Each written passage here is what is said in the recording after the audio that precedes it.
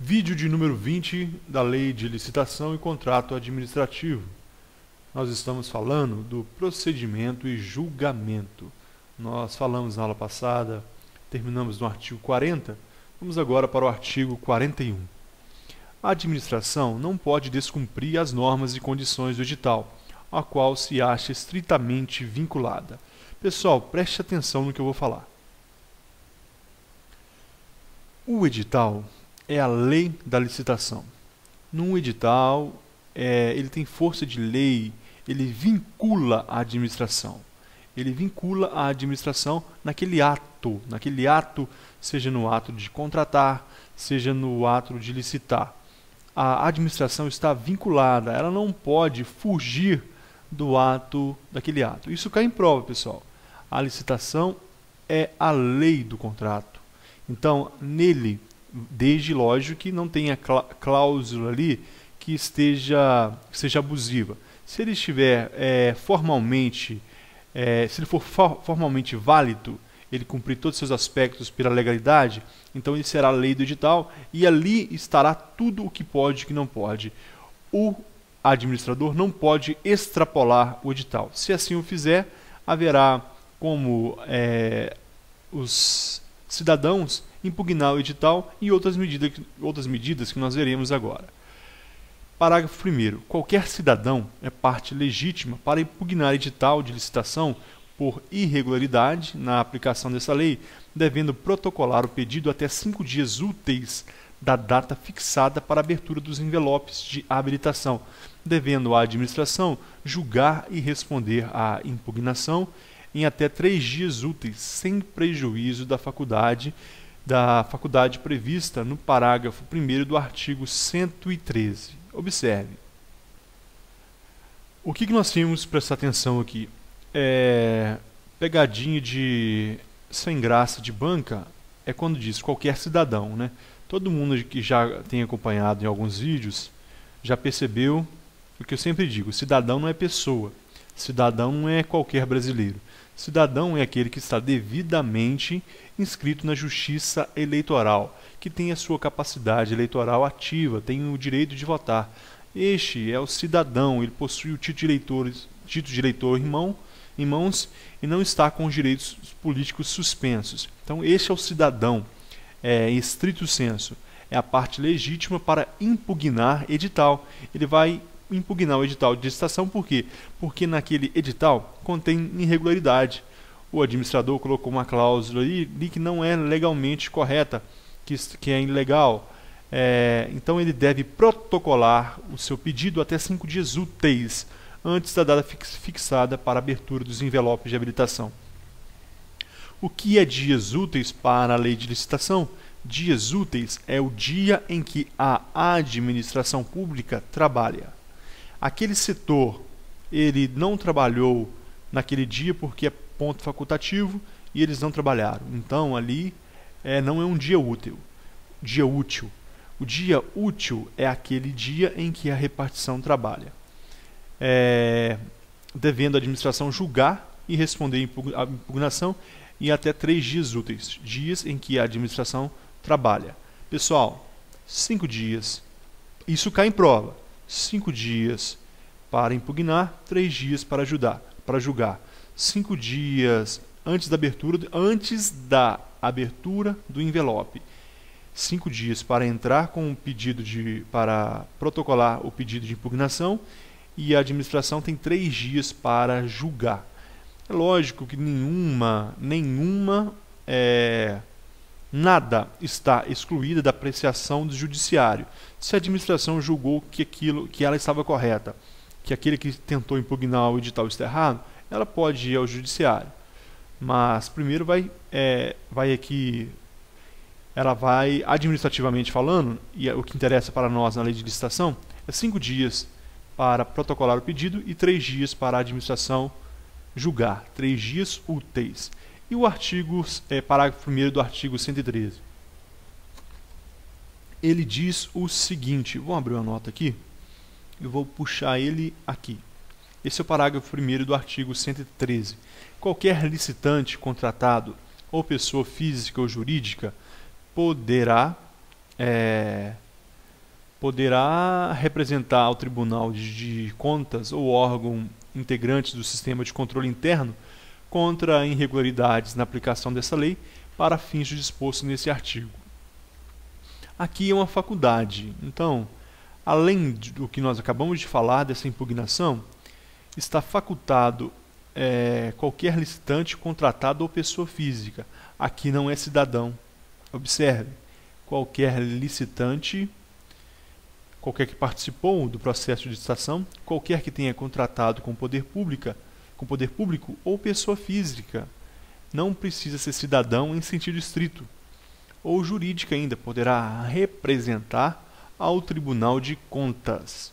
Vai representar o Tribunal de Contas da União, do Estado ou do município, quando houver, ou aos órgãos integrantes do sistema de controle interno, seja uma auditoria, etc., contra irregularidades na aplicação dessa lei para os fins dispostos neste artigo. Então, isso está facultado. Você pode, qualquer pessoa, física ou jurídica, contratado ou licitante, pode representar ao órgão, ao Tribunal de Contas ou ao órgão de controle interno.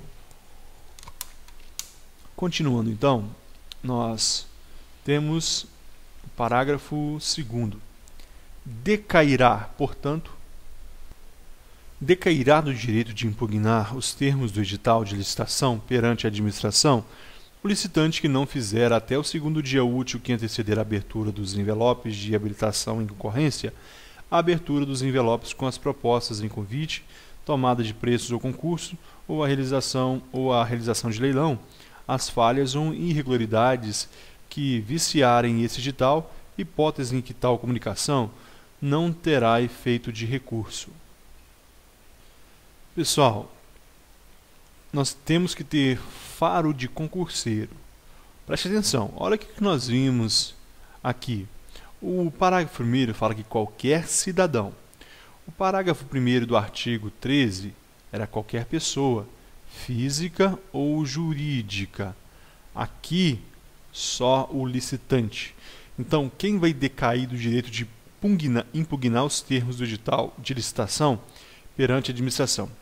O licitante que não fizer até o 2º dia útil que anteceder a abertura dos envelopes de concorrência, convite, tomada de preço ou concurso ou até leilão. Então, as falhas ou irregularidades que viciarem esse edital. Hipótese em que tal comunicação não terá efeito de recurso. Após, então, se o prazo for menor que o 2º dia útil que anteceder a abertura do envelope, então essa comunicação será apenas uma comunicação, não terá efeito de recurso e, portanto, o edital não poderá ser impugnado pelo licitante. Na via administrativa é lógico que judicialmente é outra história, mas ele decai do seu direito de impugnar, ele não poderá mais impugnar, ele perde seu direito se não fizer até o 2º dia útil. Quem é aqui? O licitante. Esse 2º dia útil é somente para os licitantes, então, aquele que está participando do processo de licitação. Parágrafo 3º. A impugnação feita tempestivamente pelo licitante não impedirá de participar do processo licitatório até o trânsito em julgado da decisão a ela pertinente. Eu, pessoa física, sou licitante, sou dono de uma empresa e entrei no processo de licitação, ou pessoa jurídica melhor dizendo. Então eu entro com um pedido de impugnação, eu protocolo um pedido de impugnação para impugnar aquele edital eu acho que ele está irregular. O que acontece? Aquele pedido vai para julgamento. Eu posso participar da licitação assim mesmo, porque ele vai levar um prazo para ser julgado. Então, mesmo assim, eu posso participar daquele processo. É isso que está dizendo aqui. Não impede de participar do processo licitatório até o trânsito em julgado da decisão. Por quê? Haverá a decisão primária e depois pode haver um recurso. Então, até o trânsito em julgado administrativo, ou seja, onde não cabe mais recurso, eu posso participar. Vamos supor que eu perca o pedido de impugnação e vença a licitação. Então, eu posso sim participar daquele procedimento. Então, se cair em prova dizendo que aquele que entra com pedido de impugnação não pode participar daquele procedimento licitatório, estará errado. Parágrafo 4º. A inabilitação do licitante importa a preclusão do seu direito de participar das fases subsequentes. Então, a habilitação do licitante importa a preclusão do seu direito de participar das fases subsequentes. Observe, só um detalhe que eu esqueci de mencionar no parágrafo 3º é o seguinte: essa impugnação ela não tem os mesmos efeitos do recurso, portanto, ela não tem efeito suspensivo. Por isso, quando alguém entra com pedido de impugnação, ela não suspende o edital. Ele pode ocorrer os seus procedimentos até o trânsito julgado. Ele não suspende a licitação. Isso eu havia esquecido de falar. E voltando para o parágrafo 4º. Neste parágrafo 4º, então, o licitante foi inabilitado, portanto, ele está desqualificado. Ele não possui qualificação técnica ou jurídica ou outra para continuar o seu... ele não tem qualificação técnica para cumprir aquele contrato, aquela obra ou aquela entrega de bens. Então, ele vai perder o direito de participar das fases subsequentes. Isso que está dizendo o parágrafo 4º. Artigo 42. Nas concorrências de âmbito internacional, o edital deverá ajustar-se às diretrizes da política monetária e do comércio exterior e atender às exigências dos órgãos competentes. Portanto, então, nas concorrências é uma modalidade, aquela primeira modalidade em razão do valor. Então, quando for internacional, ela vai ter que se ajustar à diretriz da política monetária, a política de cambial. Ela vai ter que obedecer, além da Lei 866, as normas vindas do Itamaraty. Então, isso deve ser observado. As relações do Brasil com o exterior, os contratos firmados entre o Brasil e outro país, isso deve ser observado também. Parágrafo 1º.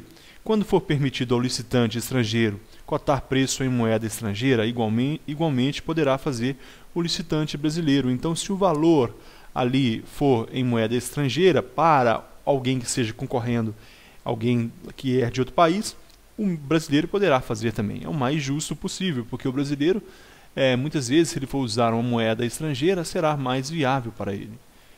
Parágrafo 2º. O pagamento feito ao licitante brasileiro, eventualmente contratado, em virtude da licitação de que trata o parágrafo anterior, será efetuado em moeda brasileira, a taxa de câmbio vigente no dia útil imediatamente anterior à data do efetivo pagamento. Nesse parágrafo 2º, um brasileiro ele presta um serviço e ele foi disputar naquela concorrência estrangeira, concorrência internacional, e ele adquiriu também aquela cota em moeda estrangeira. Mas quando a administração pública for pagá-lo, o que acontece? Ela não vai pagar, por exemplo, em dólar. Ela vai pagar em real. E com a taxa de câmbio, o valor do dólar, vigente no dia útil imediatamente anterior à data do pagamento. A administração pública deve me pagar no dia 5 de cada mês. Eu vencia a licitação em cotação de dólar, mas ela vai me pagar em real e vai olhar o valor do dólar naquele dia, um dia anterior, e o dólar está R$ 2,30. Então, naquele dia, um dia anterior, ela vai olhar a cotação e vai fazer meu pagamento no dia seguinte. Parágrafo 3º. As garantias de pagamento ao licitante brasileiro serão equivalentes àquelas oferecidas ao licitante estrangeiro. Então, as garantias equivalem, nada, nenhum segredo. Parágrafo 4º. Para fins de julgamento da licitação, as propostas apresentadas por licitantes estrangeiros serão acrescidas dos gravames consequentes dos mesmos tributos que oneram exclusivamente os licitantes brasileiros quanto à operação final da venda. Já no parágrafo 4º, Pessoal, existem impostos, existem taxas que são exclusivamente brasileiras. Imposto sobre circulação de mercadorias e serviços, imposto sobre serviços de transporte coletivo, ISS, e por aí vai, entre outros. Se uma empresa estrangeira não tivesse essa tributação, o preço que ela ofereceria em relação ao brasileiro seria um preço muito menor e eles venceriam todas as licitações. Por isso, na fase de julgamento, aqueles impostos que são exclusivamente taxados, aquelas cobranças que são exclusivamente taxadas às empresas brasileiras, devem ser taxadas também ao valor do produto estrangeiro para que haja igualdade de concorrência. Isso é importante para a prova. Esse parágrafo 4º aí você deve aí grifar, destacá-lo, porque é uma possível questão de prova. Parágrafo 5º, esse imenso parágrafo 5º agora. Para realização de obras, prestação de serviços ou aquisição de bens com recursos provenientes de financiamento ou doação, oriundos de agência oficial de cooperação estrangeira ou órgão financeiro multilateral de que o Brasil seja parte, poderão ser admitidas na respectiva licitação as condições decorrentes de acordos, protocolos, convenções ou tratados internacionais aprovados pelo Congresso Nacional, bem como as normas e procedimentos daquelas entidades, inclusive quanto ao critério de seleção da proposta mais vantajosa para a administração, o qual poderá contemplar, além de preço, outros fatores de avaliação, desde que por elas exigidos para obtenção do financiamento ou da doação, e que também não conflitem com o princípio do julgamento objetivo e seja objeto de despacho motivado do órgão executor do contrato, despacho esse ratificado pela autoridade imediatamente superior. Vamos destrinchar este parágrafo 5º. No caso de uma licitação internacional e os recursos forem provenientes de financiamento ou órgão oriundos de agente oficial de cooperação, FMI ou outros, por exemplo, poderão o que pode acontecer nessa licitação? Nesse caso, licitação internacional com recurso financiado pelo FMI. As condições ou outro órgão de cooperação multilateral. As condições decorrentes de acordos, protocolos, convenções ou tratados internacionais aprovados pelo Congresso Nacional, bem como as normas e procedimentos daquelas entidades. Então, a lei de licitação pode ficar em segundo plano, pessoal. É isso que está querendo dizer isso aqui. Pode, então, ser observado, nesses casos, os tratados internacionais que forem aprovados pelo Congresso Nacional. Inclusive, olha, quando o critério de seleção da proposta mais vantajosas para a administração. Se o contrato internacional tem uma proposta mais vantajosa para a administração brasileira do que a lei de licitação, as normas, vai ser observado, então, aquele tratado internacional. Desde que é justificado aquilo que foi acordado, aquilo que foi feito, e olha em verde agora, desde que não conflitem com o princípio do julgamento objetivo, desde que não haja subjetividade, não haja interesse próprio, e olha o mais importante aí, em despacho motivado do órgão executor do contrato, despacho esse ratificado, ou seja, deve haver pelo menos duas avaliações daquele responsável e da autoridade imediatamente superior para que não haja o que?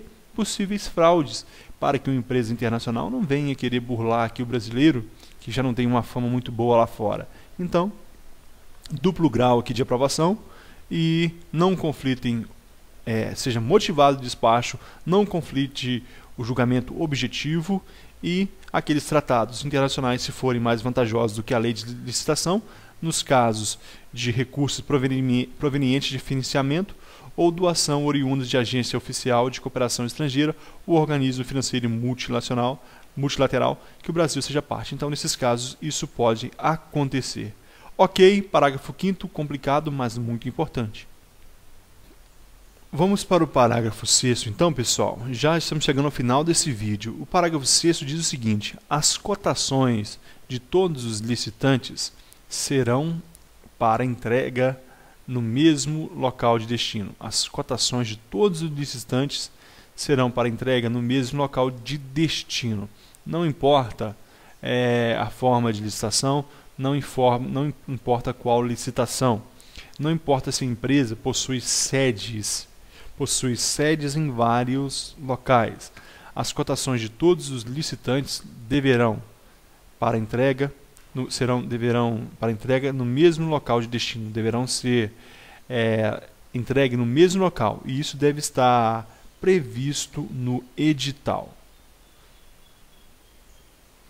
Portanto, toda cotação de preços de cada licitante deve ser entregue no mesmo local de destino, não pode ser em locais diferentes.